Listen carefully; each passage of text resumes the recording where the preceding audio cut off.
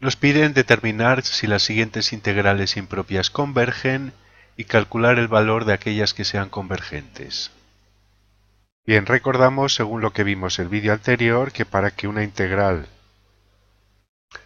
impropia con ambos límites de integración menos infinito e infinito converja, tienen que converger ambas integrales de menos infinito a cero y de cero a infinito. Basta con que una no converja para que entonces la integral impropia sea divergente. Por ejemplo, integrales de la forma menos infinito infinito de x, diferencial de x, esta integral es divergente, pues la integral de 0 a infinito de x es infinito y la integral de menos infinito a 0 de x es menos infinito, y no podríamos decir que menos infinito más infinito simplificarlo a cero. La integral es directamente divergente. Pero vamos a ver estos tres ejemplos que ocurre. Entonces vamos a dividir la integral en integral entre menos infinito y cero de esta función 18x partido por 1 más x cuadrado al cuadrado, y la integral entre 0 e infinito de 18x partido por 1 más x cuadrado al cuadrado. Y si ambas convergen, entonces la integral convergerá. Vamos a empezar con la integral de 0 a infinito de 18x partido por 1 más x al cuadrado. Y vamos a expresarla como integral de 0 a infinito de 18x por 1 más x cuadrado elevado a menos 2, diferencial de x. Bien, entonces tomamos límite cuando b tiende a infinito de la integral definida de 0 a b, y tenemos 18x 1 más x al cuadrado elevado a menos 2. Bien, esto es igual al límite cuando b tiende a infinito, y vamos a expresar este 18 como 9 por 2 x 1 más x al cuadrado elevado a menos 2 diferencial de x. De manera que aquí tenemos la derivada de 1 más x al cuadrado. El 9 es una constante que no influye, por lo tanto podemos expresar este límite cuando b tiende a infinito como 9, y integramos 1 más x cuadrado elevado a una unidad más menos 1 partido por menos 1 y evaluado entre 0 y b. Por tanto, esto es el límite cuando b tiende a infinito de menos 9 partido por 1 más x al cuadrado evaluado en b y 0. De manera que tenemos el límite cuando b tiende a infinito de menos 9 partido por 1 más b al cuadrado y menos 9, es decir, más 9 partido por 1 más 0 al cuadrado. Por tanto, cuando b tiende a infinito, el denominador tiende a infinito, este primer sumando tiende a 0 y el límite es 9. Bien, ahora estudiamos la integral entre menos infinito y 0 de esa función. Y entonces tomamos el límite cuando b tiende a menos infinito de la integral entre b y 0 de la misma función 18x partido por 1 más x cuadrado al cuadrado. Por lo tanto, como es la misma integral, vamos a llegar a la misma expresión, que va a ser esta menos 9 partido por 1 más x al cuadrado, pero con los límites de integración siendo en este caso b y 0. Por lo tanto, haciendo la sustitución, esto nos queda límite cuando b tiende a menos infinito. Para x igual a 0 tenemos menos 9 partido por 1, menos 9, y menos con menos más. Para b tendiendo a menos infinito tenemos 9 partido por 1 más b al cuadrado. Y por lo tanto, cuando b tiende a menos infinito, b al cuadrado tiende a infinito, este sumando tiende a 0 y la integral converge en menos 9.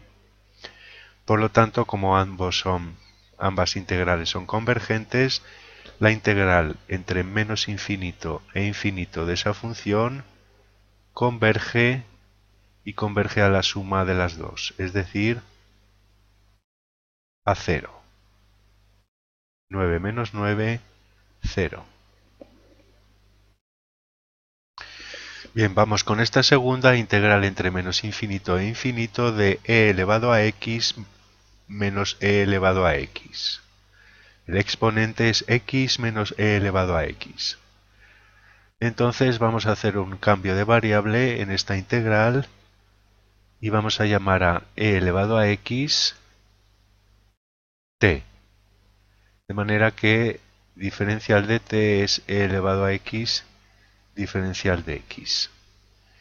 Y vamos a expresar e elevado a x menos e elevado a x como e elevado a x por e elevado a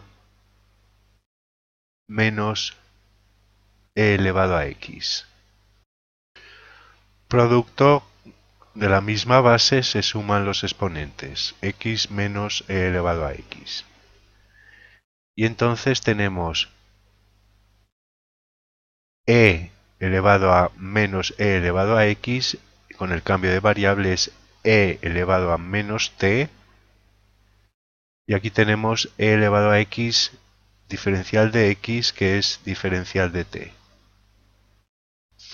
Y tenemos que cuando x tiende a menos infinito, t tiende a e elevado a menos infinito, que es 0. T tiende a 0. Y cuando x tiende a infinito, e elevado a x tiende a infinito, t tiende a infinito. Por lo tanto, esta es la integral entre 0 e infinito de e elevado a menos t, que ya hemos visto que es una integral convergente.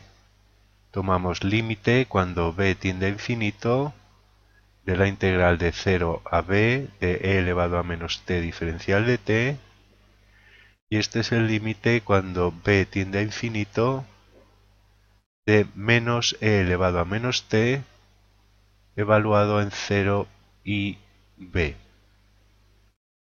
Por lo tanto, esto es el límite cuando b tiende a infinito de menos 1 partido por e elevado a b menos con menos más 1 partido por e elevado a 0. E elevado a b tiende a infinito, esto tiende a 0 y nos queda 1 partido por 1, por tanto la integral converge a 1. Si no hubiéramos cambiado los límites de integración con el cambio de variable, hubiéramos entonces calculado por una parte el límite cuando b tiende a infinito de la integral de 0 a b de e elevado a x menos e elevado a x diferencial de x.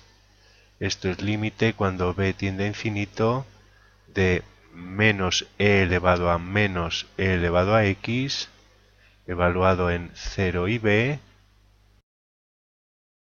Y esto nos queda límite cuando b tiende a infinito de menos e elevado a menos e elevado a b y menos con menos más e elevado a menos e elevado a 0, Cuando b tiende a infinito, este exponente tiende a menos infinito, por lo tanto esto tiende a 0. E elevado a 0 es 1, por lo tanto esto nos queda 1 partido por e. Pero al evaluar luego la integral de menos infinito a 0, tenemos el límite cuando b tiende a menos infinito de esta misma expresión evaluada menos e elevado a menos e elevado a x, evaluada en 0 en b y 0. De manera que este es el límite cuando b tiende a menos infinito de menos e elevado a menos e elevado a 0 y menos con menos más e elevado a menos e elevado a b. Cuando b tiende a menos infinito, bueno, esto es menos e elevado a menos 1, es decir, menos 1 partido por e. Y cuando b tiende a menos infinito, tenemos aquí e elevado a menos infinito que tiende a 0. Por tanto, e elevado a menos 0, e elevado a 0 que es 1. Por tanto, una converge a 1 partido por e y la otra a menos 1 partido por e más 1. Por tanto, la integral impropia sumando converge a 1. Bien, y aquí tenemos la integral entre menos infinito e infinito de diferencial de x partido por e elevado a x más e elevado a menos x. Vamos a expresar e elevado a menos x como 1 partido por e elevado a x, y entonces tenemos la integral de 1 partido por e elevado a x más 1 partido por e elevado a x, de manera que nos queda la integral de menos infinito a infinito. Si operamos el denominador tenemos e elevado a x por e elevado a x, e elevado a 2x más 1, y partido por e elevado a x que podemos subir al numerador y nos queda esta integral.